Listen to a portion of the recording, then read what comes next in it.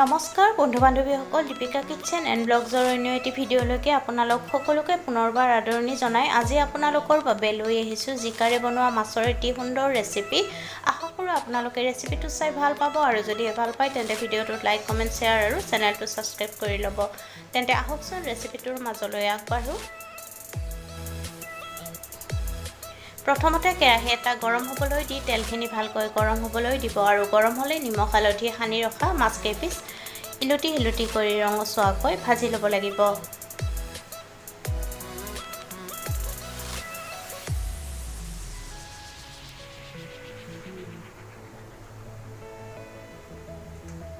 মাছ কেইপিচ ৰঙচুৱাকৈ ভজা হ'লে থাল এখনত উলিয়াই ৰাখিব।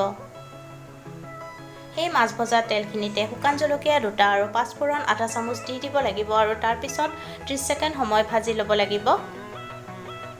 এতিয়া তাত মিহিকৈ কটা পিঁয়াজ এটা দি দিব লাগিব আৰু খুন্দি লোৱা আদা নহৰু এচামুচ দি পিঁয়াজ আদা নহৰুৰ কেঁচা গন্ধ গুচি যোৱালৈকে ভাজি ল'ব লাগিব।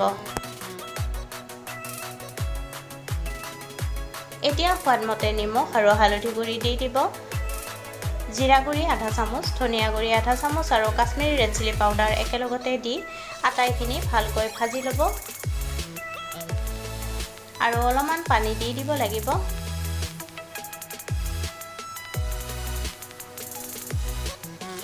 পানীখিনি দি ভালকৈ মিহলাই মছলাখিনি পুনৰ অলপ সময় ভাজি ল'ব লাগিব।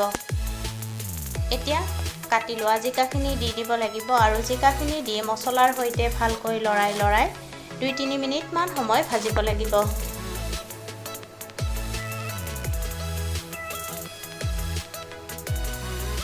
এতিয়া ঢাকনিখন লগাই দিব 5 মিনিটমানৰ কাৰণে। গেছৰ জুই কমত ৰাখিব। 5 মিনিট পিছত ঢাকনিখন গুচাই পুনৰ অলপ সময় ভাজিব লাগিব।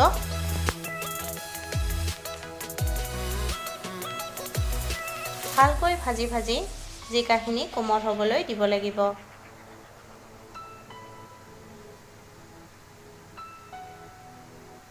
এতিয়া জোখমতে পানী দি দিব লাগিব আৰু পানীখিনি দি ভালকৈ মিহলাই ল'ব। পুনৰ ঢাকনিখন লগাই দিব ভালকৈ উতল আহিবলৈ। ভালকৈ যেতিয়া উতল আহিব তেতিয়া ভাজি ৰখা মাছ 3 পিচ দি দিব লাগিব আৰু তাৰ পিছত ভালকৈ মিহলাই পুনৰ ঢাকনিখন লগাই 5 মিনিটমান সময় উতলাব লাগিব।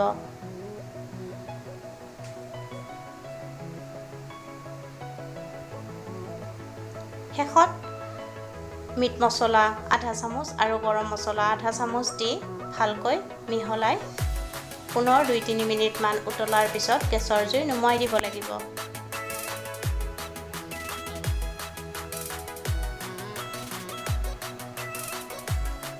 এয়া জিকাৰে মাছৰ ৰেচিপি ৰেডি হৈ গ'ল।